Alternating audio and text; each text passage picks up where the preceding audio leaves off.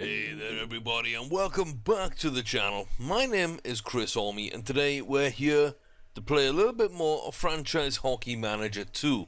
Now in the last season we did very well. Last season went as well as can be expected. 63 wins out of an 82 game schedule.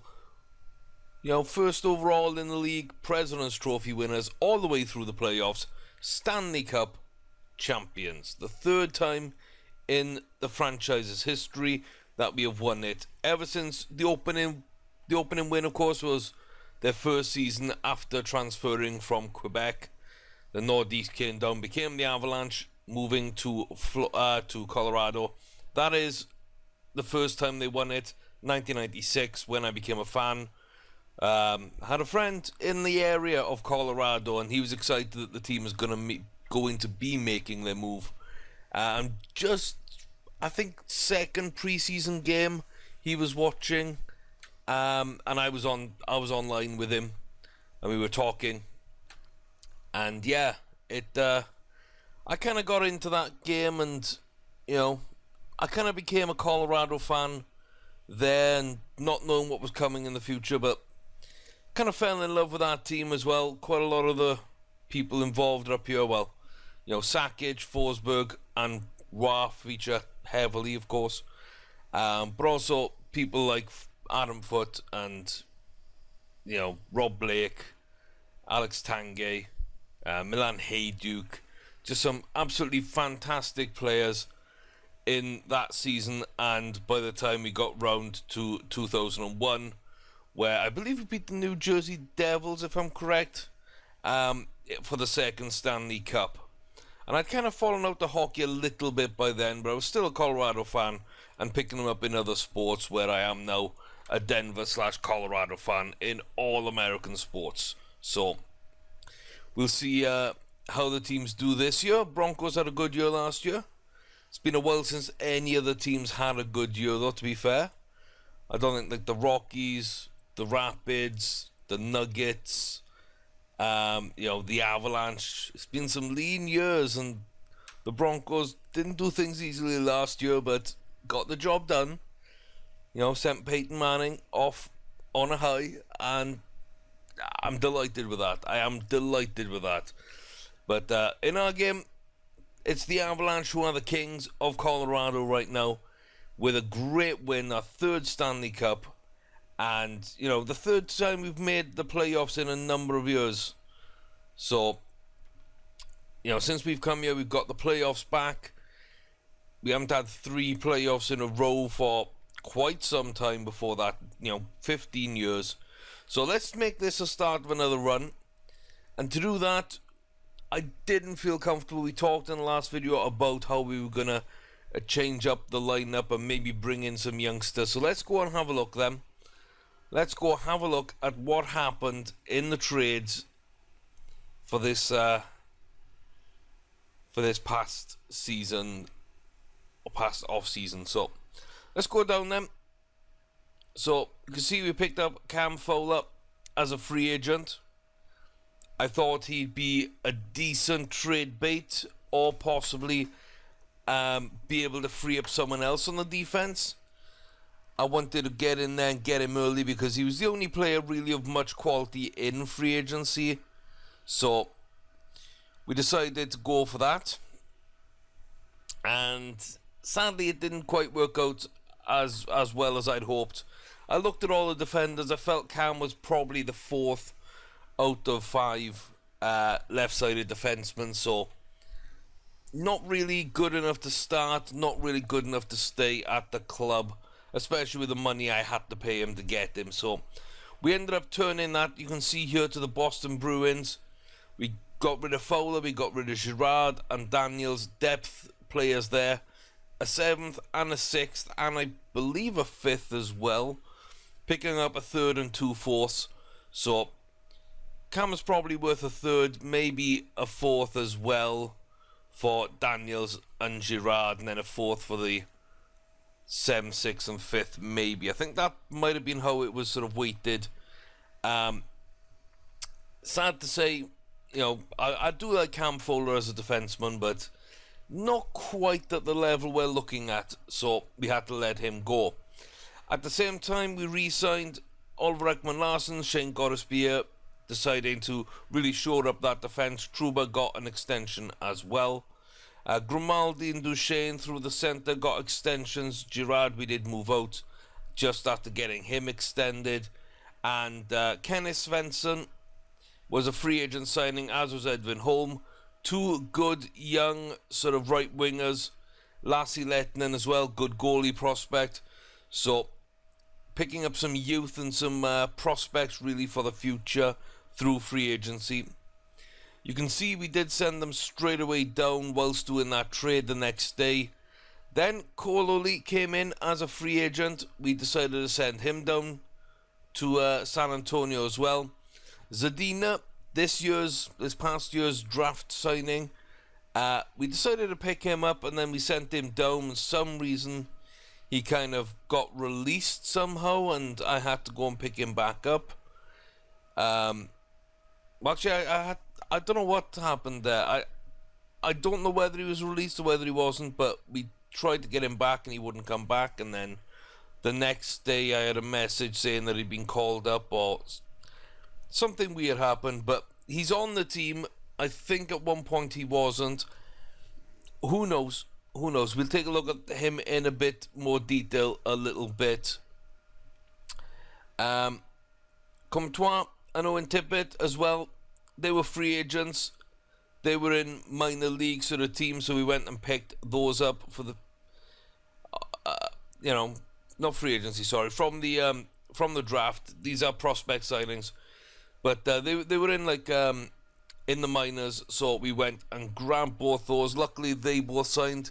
Again, the first time I tried to sign them, it told me that they wanted to play another year in junior hockey or college, as it might have been.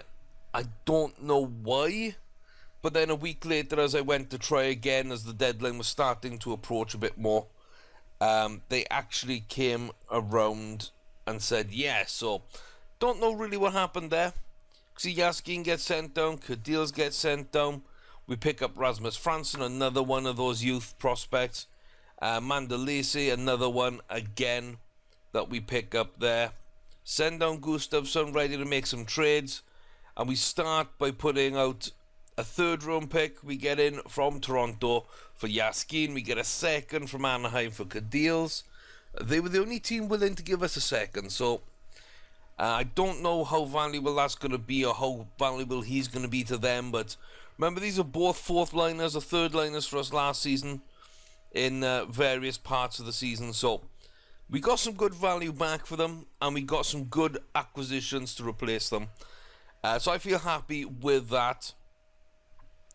And then another weird one. It says Rasmus Fransson got released, but then 3 days later, he joined, I was able to send him down to San Antonio, and I believe he's got a contract, so I don't know what happened there. You see then Gustafsson, our second, a fifth, and a fourth to Chicago for Karsker and Smith. We'll take a look at those in a bit more detail in a second. Upgrade in the second, getting rid of some picks and making some moves here. Smith, we decided to trade right on. We got the rights to him, but we didn't want him. So out he goes with 2/4, I believe, for 2/3, and we exchanged then Rocco Grimaldi for Jordan Stahl. Much, much better sort of center for us to use. And then from New Jersey, we pick up Adam Larsson with 3/3, trading away 2/5, 2/6, and is a single 7th, I think, maybe, as well as Chris Biggrass, who is very highly rated by the New Jersey Devils. And Larsson wasn't really highly rated at all. He was on the trade block. So was Jordan Stahl. I can't believe those two were there, really, and that we were able to get them as cheaply as we did. But Biggrass to Grimaldi, over to our Larsson and Stahl. I think that's a good set. Picking up some draft picks along the way there as well.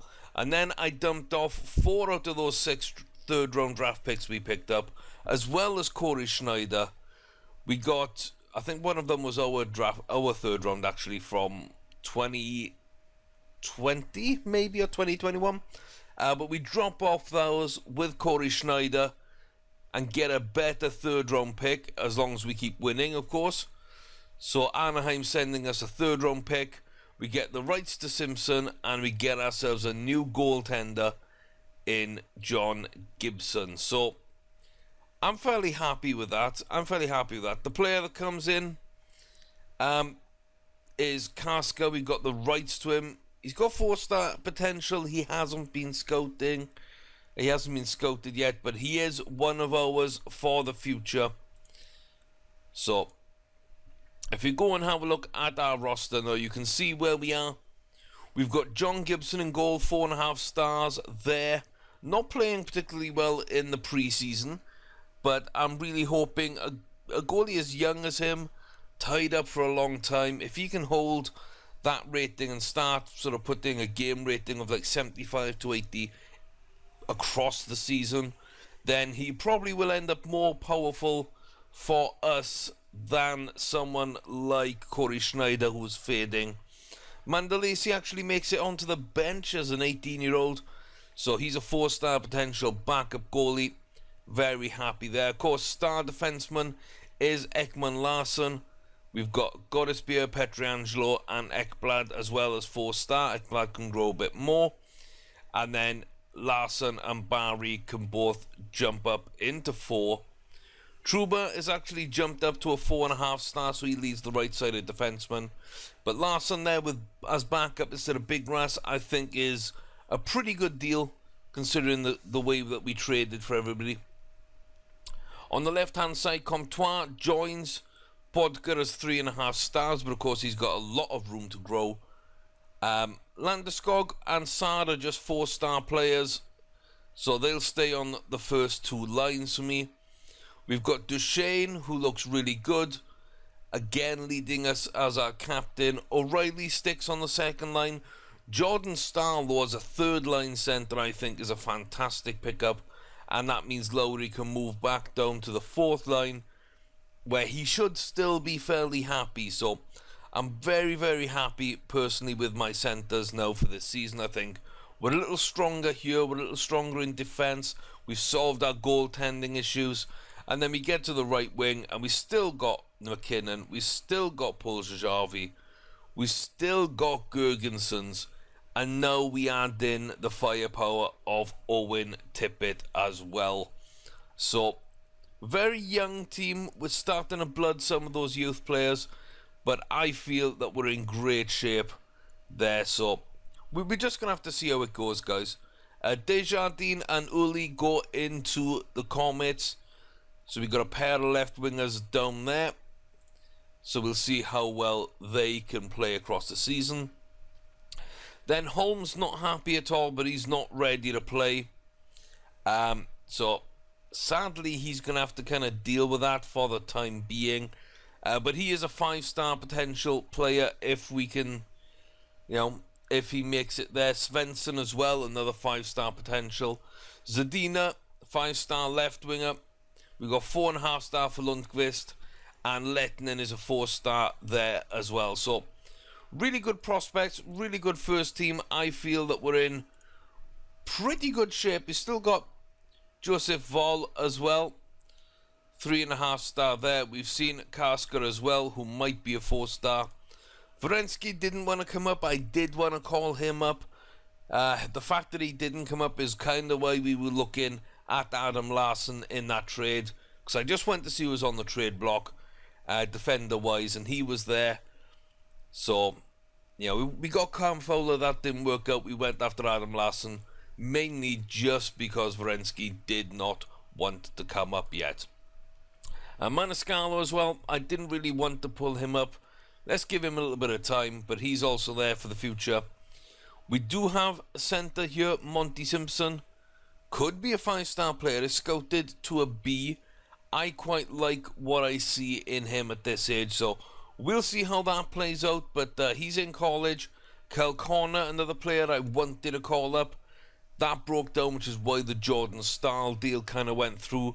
He wanted to stay down for one more year for college, so we leave Kyle Corner down there. And that's basically our depth, I think. 7 left wingers, 7 centres. We've got 6 right wingers. But of those, McKinnon, Puljajavi, Tippett, Svensson, Holm, they're all very young. I mean, McKinnon's still only, 23? I think Gergenson's 24. So those are the 2 old guys in the right wing core. That's plenty of players there. Good depth here with a couple of older players along the way. Good defensive depth. I'm happy with that. We've got a good goalie, hopefully moving forward now over the next couple of seasons, while Mandalese actually improves. If he doesn't, Lettinen's there. If he doesn't make it, maybe Casca is a 4-star. If he doesn't make it, we've got Vol there, who looks like a 3.5-star. If none of them make it, we can package them up, trade them, put draft picks in. You know, looking at draft picks, Anaheim, Chicago, Boston, and New Jersey are 1st, 2nd, and 2/3. Next year, we got the same again, 1st, 2nd, and 2/3. This time from Dallas, the Ducks, Maple Leafs, and Winnipeg. And then the Maple Leafs give us the 1st for 2021. Philadelphia's round 2, and Dallas and Anaheim in round 3. So we've traded away all our picks. We're going to be a good team. We don't want 4th round onwards. We've got 2 round 3s, a round 2, and a hopefully a good round 1. Although, looking at the teams, Maple Leafs, Stars, Ducks, all playoff teams usually. So, you know, don't expect a good sort of draft pick out of them. We might be getting 4 to 4.5-star instead of those 5-star potential players. But still, we should get good in round 1 and 2, and we can take a couple of flyers then in round 3 if anybody is left on the table. So that's the roster. It's good ability levels, I think. It's good depth. It's good potential. It's great in terms of ages, because only Jordan Stahl is 30 or above. Bodka and Pietrangelo are next up, and I don't really want to trade either of those. Barry could go. Duchesne, O'Reilly, Larson. I don't think Duchesne or Larson are going anywhere. O'Reilly, maybe. Barry probably could go. But really, we're not having to do anything for a couple of years, and even then it's going to be minor work. So that's kind of how I got the line set up. You can pause the video, analyze it, let me know what you feel. I think this is really kind of good right now. Gergenson's on the 4th line. He's not going to be happy. So this might be the time to trade him at the end of this season, or maybe at the trade deadline. Dump Gergensons. Maybe bring up one of those young wingers, give them a chance. I don't know. We'll see how we play that. Maybe there'll be a waiver that I can use instead of Gergensons and trade that for a 2nd and a 3rd. Maybe 2/3. Maybe package him with 2/3 and try and get a 1st off someone. Or package him and our 1st to try and get one of the top 5s. And see if there's a goalie that we can snag that's a genuine stud goaltender for the future. So I'm not sure there. I've put Comtois and Tippett either side of Jordan Stahl on the 3rd line. So 3 new guys, but we got the experience there with 2 really sort of potent threats of the future. Goal scoring from Saad and McKinnon, kind of spread out. Puljajavi still learning. Landeskog more of an all-rounder. So Duchesne and O'Reilly kind of linchpin of their 2 lines there, providing the balance and a little bit of defense really for those lines. Hopefully Star will do the same. Lowry will do the same with Bodker and Gergensons to grind out. But it's still a classy line. Defense looks solid. And as long as Gibson is fit and on form, I don't think we're going to have a problem with goaltending. So that's kind of where we are. That's how things line up at the moment. We've got a ton of scouts scouting everywhere because I've got a big wage budget for staff members. I'm going to use it. I am going to use it. Possible free agency, none this year for us. Possible free agents for the league. So many. so many potential 5 stars, which is usually how things go at the start of the season. We will see who actually gets re-signed though as the year goes on.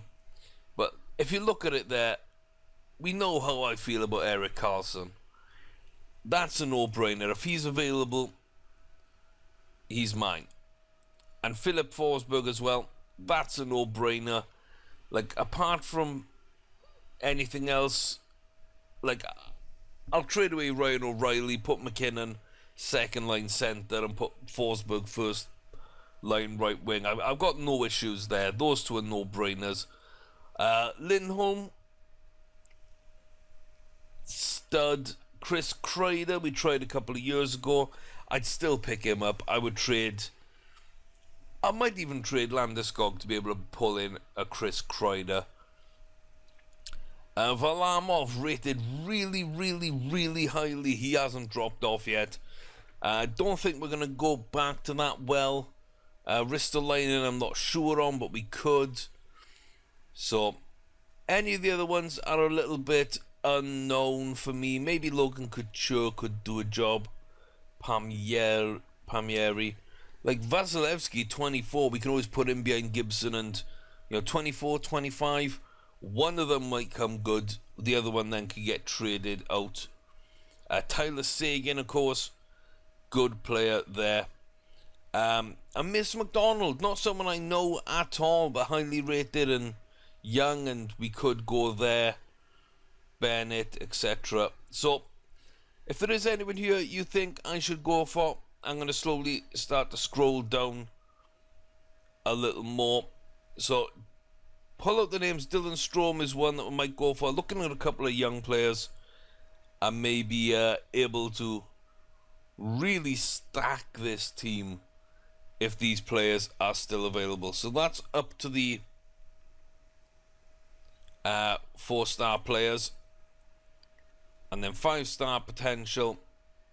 Patrick Lane is on there. I expect most of these, if not all of these, to actually get re-signed. But if they don't, we're going to be making a couple of moves. So let me know, guys, have your say in the comment section below. As always, what do you think of the moves I've made? Were they realistic? Were they fair?